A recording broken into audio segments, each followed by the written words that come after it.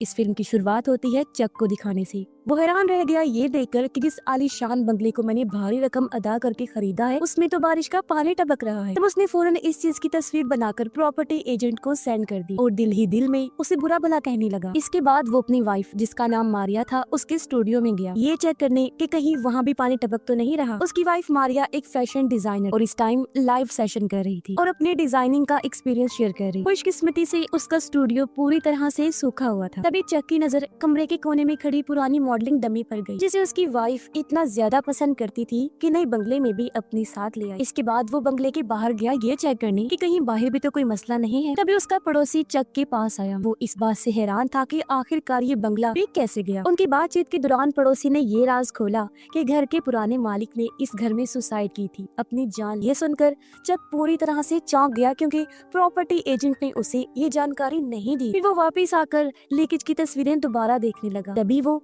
एक तस्वीर में शॉटगन को नोटिस करता है। हालांकि उसके घर में तो कोई हथियार नहीं था। वो कंफ्यूज हो जाता है कि आखिर ये गन आई तो आई कहां से। लेकिन अजीबोगरीब वाकये यही नहीं रुकी। अगली सुबह जब वो बंगले के गार्डन में टहल रहा था तो उसकी नजर अपनी वाइफ की उस मॉडलिंग डमी पर गई जो अजीब तरह से गार्डन में खड़ी हुई। तभी पड़ोसी फिर से आ गया और इस सारे मामले को देखने लगा। चक को शक हुआ कि ये मेरी बहन की शरारत हो सकती है क्योंकि कुछ महीने पहले उनकी माँ की एक्सीडेंट में मौत की वजह से उसकी बहन की दिमागी हालत थोड़ी खराब हो गई थी। तब पड़ोसी चक को सलाह देता है कि अपनी बहन की दिमागी हालत पर ध्यान दो। साथ ही वो उसे ये भी सजेस्ट करता है कि वो पास ही बनी लाइब्रेरी में जाकर इस एरिया की हिस्ट्री तारीख को पढ़े। इसके साथ ही वो उसे एक लोकल ग्रुप की मीटिंग में आने की दावत भी देता है। दोपहर को चक लाइब्रेरी गया और किताबों को उलट पलट करने पर एक किताब ढूंढ लेता है जिसमें इस छोटे से गाँव की गहरी हिस्ट्री लिखी हुई। वो जैसे ही निकलने लगा उसने देखा कि कुछ किताबें जमीन पर फैली हुई हैं। साथ ही उसने रोती हुई एक लड़की को भी देखा जो उसे वार्न करती है कि वो इस जगह के राजों में इतनी दिलचस्पी ना ले वरना इसके अंजाम बहुत खतरनाक हो सकते हैं। लेकिन चक उसे पागल समझकर उसकी बातों को नजरअंदाज कर देता है और किताबें लेकर लाइब्रेरी के काउंटर पर पहुंचता है। जब लाइब्रेरियन ने किताबें देखी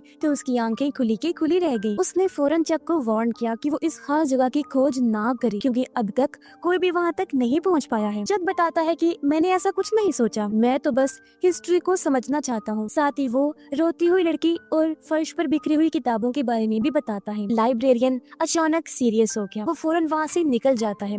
तब चक भी चुपचाप घर लौट आता है। घर आने के बाद उसने किताबें पढ़ना शुरू की जो 1980 की एक खुफिया कॉन्फ्रेंस से जुड़ी हुई। तभी अचानक डोर बेल बजी। दरवाजे के बाहर उसकी एक स्टूडेंट खड़ी हुई थी जो म्यूजिक क्लास लेने आई थी। चक एक म्यूजिक टीचर था और आज उसकी ये स्टूडेंट पहली बार म्यूजिक सीखने आई। शुरू में स्टूडेंट काफी नर्वस हो रही थी। तब चक किचन में पानी लेने चला गया ताकि उसका मूड थोड़ा हल्का हो सके। लेकिन तभी अचानक पियानो की धुन पूरे कमरे में गूंजने लगी। ऐसा लग रहा था जैसे किसी प्रोफेशनल इंसान की परफॉर्मेंस हो। चक शॉक रह गया क्योंकि जब उसने पीछे मुड़कर देखा तो स्टूडेंट तो किचन के दरवाजे पर खड़ी थी। ये देखकर दोनों काफी हैरान रह जाते हैं। जब वापस पियानो की तरफ आता है तो सब कुछ शांत हो चुका था और वो औरत नहीं मिली जिसके बारे में स्टूडेंट ने बताया था। ये देखकर वो काफी डर जाती है, फौरन वहाँ से भाग गई। रात को चक अकेला था क्योंकि उसकी वाइफ ऑफिस के काम के लिए घर से बाहर गई हुई थी। इसीलिए वो पड़ोसी की बताई हुई गार्डन क्लब की मीटिंग अटेंड करने चला जाता है। वहाँ एक बहुत ही सेंसिटिव हसास टॉपिक पर डिस्कशन चल रही थी जिसे आमतौर पर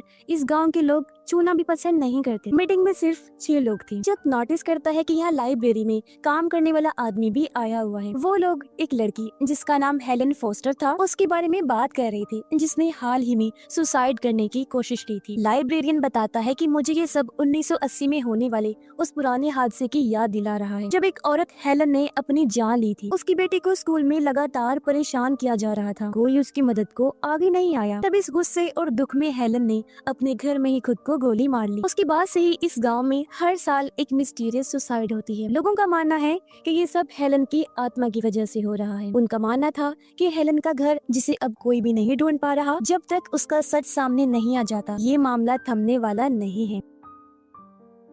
मीटिंग धीरे धीरे डरावनी होती जा रही थी, इसीलिए इसे खत्म करने का फैसला किया गया। लेकिन जैसे ही चक बाहर आया उसे पास वाले पुराने चर्च से किसी औरत के हंसने की आवाज आती है। वो घबराते हुए घर आया और अपनी बहन इजाबेल के कमरे में जाता है। इजाबेल अभी भी माँ के गुजर जाने के गम से बाहर नहीं आई थी और अक्सर बुरे सपने देखती थी जिसमें उसे बार बार अपनी माँ दिखाई देती। जब भी ऐसा होता वो चक के पास आकर अपने डर के बारे में बताती ताकि मन हल्का हो सके। इसी शाम इजाबेल की स्कूल का दोस्त उनके घर आया। इजाबेल इजाबेल से मिलने के लिए। वो बचपन से ही इसी गांव में रहता था और उसे यहाँ की कई डरावनी कहानियों की जानकारी। उसने इजाबेल को हेलन की सुसाइड की पूरी कहानी काफी डिटेल में सुनाई। रात को इजाबेल जब सो रही थी तो बाथरूम की लाइट अपने आप ही जल जाती है। वो उठकर लाइट बंद कर देती है, लेकिन थोड़ी देर बाद वो एक बार फिर जल गई। उसे लगा जैसे स्विच खराब है, इसीलिए उसने बल्ब भी उतारकर बेड की साइड टेबल पर रख दिया। लेकिन जैसे ही वो फिर सोने की कोशिश करती है, कुछ बहुत ही अजीब होने लगता है। मिस्टीरियस चीजें रुकने का नाम ही नहीं ले रही थी। अगली सुबह जब इजाबेल की आंख खुली तो उसने देखा कि बाहर तो सूरज निकल आया है। पहले तो उसे लग रहा था जैसे कोई बुरा सपना था, लेकिन जब उसकी नजर अपने बेड की साइड टेबल पर रखी बल्ब पर पड़ी तो उसे एहसास हुआ कि जो कुछ भी रात को हुआ वो सब हकीकत था। इजाबेल फौरन ये बात अपने दोस्त को बताती है। तभी उसके पास भाई चक का फोन आया, जो इजाबेल को फौरन घर वापस आने को कहता है। जब इजाबेल घर पहुंची तो उसने देखा कि उसकी भाभी मारिया काफी घबराई हुई थी। असल में कुछ टाइम पहले मारिया अपने डिजाइन स्टूडियो में लाइव सेशन कर रही थी। तब कुछ अजीब हुआ, उसके पीछे रखी डमी मॉडल का हाथ अपने आप ही हिलने लगता है। उसी टाइम उसकी बेस्ट फ्रेंड जो लाइव देख रही थी फौरन उसे कॉल करती है। तब मारिया को लगा कि शायद वो मुझे ब्राइडल ड्रेस के बारे में टोकना चाहती है, इसलिए मारिया वीडियो बनाकर भेज देती है और बताती है कि ड्रेस तो पहले से ही तैयार है। लेकिन जब वो दोबारा कैमरे के सामने बैठी तो हैरान रह गई, क्योंकि डमी मॉडल वहाँ से गायब हो गई थी। उससे पहले ये महसूस नहीं हुआ था कि वो हिल रही है। और तभी उसकी दोस्त ने मैसेज पर मैसेज भेजने शुरू कर दिए कि फौरन कमरे से बाहर निकलो। लेकिन मारिया ने इन बातों को हल्के में लिया और अपना लाइव सेशन जारी रखा। कुछ देर बाद जब वो डमी मॉडल की ड्रेस दिखाने गई तब जाकर उसने देखा कि वो तो वहाँ पर थी ही नहीं। अचानक पास वाले कमरे से तेज आवाज आई। मारिया पहले सहमी, लेकिन फिर डरते डरते उस कमरे की तरफ बढ़ती है। तब जाकर उसे डमी मॉडल की सच्चाई का एहसास होता है। चक ने जब ये सब सुना तो वो टाइम गवाए बिना घर आता है और उन्होंने मिलकर डमी को आग लगाकर जला दिया। चक ने बताया कि इस बंगले का पिछला मालिक यहाँ पर सुसाइड कर चुका है, तो हो सकता है कि यहाँ कुछ बुरी ताकत मौजूद हो। फैसला किया गया कि वो इस बंगले को छोड़ देंगे। इजाबेल को कहा जाता है कि वो अपनी सारी चीजें समेट कर कॉलेज हॉस्टल में शिफ्ट हो जाए। तब उनकी मदद करने इजाबेल का दोस्त भी आ गया। इसी दौरान उसके दोस्त की नजर दीवार पर लटकी एक तस्वीर पर जाती है जिसमें इजाबेल और उसकी मॉम साथ में थी। उसने इजाबेल को चौंका देने वाली बात बताई, कहा कि इसमें तुम्हारी माँ वैसी बिल्कुल नहीं लग रही जैसी तुमने बताई। तस्वीर में तुम्हारी माँ और मौजूदगी में बिल्कुल अलग लग रही। इजाबेल एकदम चौंक गई। फौरन बताती है कि मेरी माँ तो कुछ महीने पहले ही एक एक्सीडेंट में गुजर चुकी है। ये सुनकर उसका दोस्त भी हैरान रह गया, क्योंकि उसने कुछ टाइम पहले उसकी मॉम को घर में चलते फिरते देखा था। इस उलझन को दोनों सोच रहे थे कि नीचे किचन में बर्तन गिरने की आवाज आती है। घबराते हुए दोनों नीचे पहुंचे, लेकिन नीचे उतरते ही घर का माहौल जैसे पूरी तरह बदल चुका था। कमरे में ठंड कुछ ज्यादा ही हो गई थी। हवा भी अजीब किसी सिसकियों की तरह चल रही थी। उसका दोस्त ये सब बर्दाश्त नहीं कर पाया और किसी बहाने से बाहर चला जाता है। जैसे ही वो गया, इजाबेल को अपने पीछे से किसी के हल्का सा नाम पुकारने की आवाज आती है। डरते डरते उसने पीछे मुड़कर देखा, लेकिन कुछ नजर नहीं आया। तभी अचानक मारिया आ गई और उसे रोकने लगी, लेकिन इजाबेल कहती है कि मैं इस मिस्ट्री का पता लगा के ही रहूंगी। फिर दोनों घबराते हुए अपने अपने कमरों में भाग जाती हैं। थोड़ी देर बाद मारिया के कमरे से चीखने की आवाज आती है। इजाबेल भागकर उसकी तरफ गई। दरवाजा अपने आप धीरे धीरे खुल रहा था। मारिया बुरी तरह डर चुकी थी। वो रोते हुए इजाबेल के कमरे में आ जाती है। उसके चेहरे पर खौफ था और नाक से खून बह रहा होता है, लेकिन उसे खुद होश नहीं था कि ये सब उसके साथ क्या हो रहा है। जब माहौल कुछ शांत हुआ तो इजाबेल का दोस्त वापस लौट आता है। उसके हाथ में पुराना नक्शा था। उसने बताया कि 1923 के प्लानर्स की किताब और शहर के मौजूदा नक्शे को मिलाकर मैंने एक बहुत पुरानी जगह का सही पता खोज निकाला है। नाम है 825 फॉरेस्ट रोड, जो इस कहानी का नाम भी है। चक अब तय कर चुका था कि उस इंसान से वो खुद जाकर बात करेगा जिसने उसकी वाइफ के साथ धोखा किया। इजाबेल भी उसके साथ जाने की जिद करती है। तभी बाहर एक एजेंट आ जाती है जो एक एड शूट के लिए मदद मांगने आई, लेकिन चक को तो उस जरूरी काम से फौरन बाहर जाना था। मारिया, जिसकी हालत पहले से नॉर्मल थी,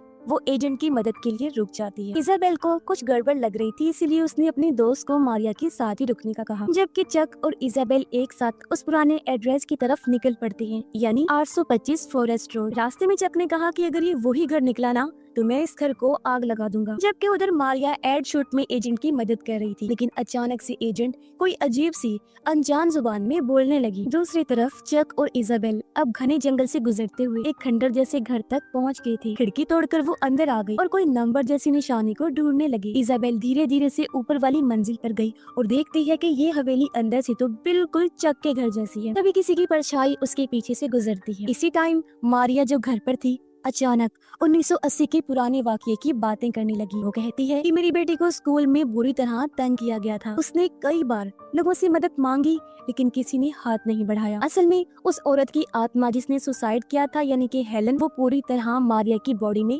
समा चुकी थी। दूसरी तरफ चक को जमीन के नीचे एक लकड़ी का बॉक्स मिला। उसमें बहुत सारे लेटर्स थे जो स्कूल को लिखे गए थे। ये खत एक ही औरत के हाथ के लिखे हुए थे लेकिन सब वापस लौट कर आ गई थी। उसके घर का पता भी खत पर लिखा हुआ था। चक को एहसास होता है कि पहले वाले घर का एड्रेस यानी कि उस औरत के घर का और इस घर का एड्रेस यानी कि 825 फॉरेस्ट रोड एक ही जगह है। यही वजह है कि आत्मा इस घर में आती क्योंकि ये कभी उसका जो हुआ करता था। चक डरता हुआ ऊपर गया इजाबेल को लेने के लिए क्योंकि उन्हें फौरन यहाँ से निकलना था, लेकिन इजाबेल एक जगह चुपचाप खड़ी हुई थी। उधर इजाबेल के दोस्त को भी यकीन हो गया था कि मारिया में कुछ अजीब हो रहा है। उसने जानबूझकर उससे उसकी बेटी का नाम पूछा।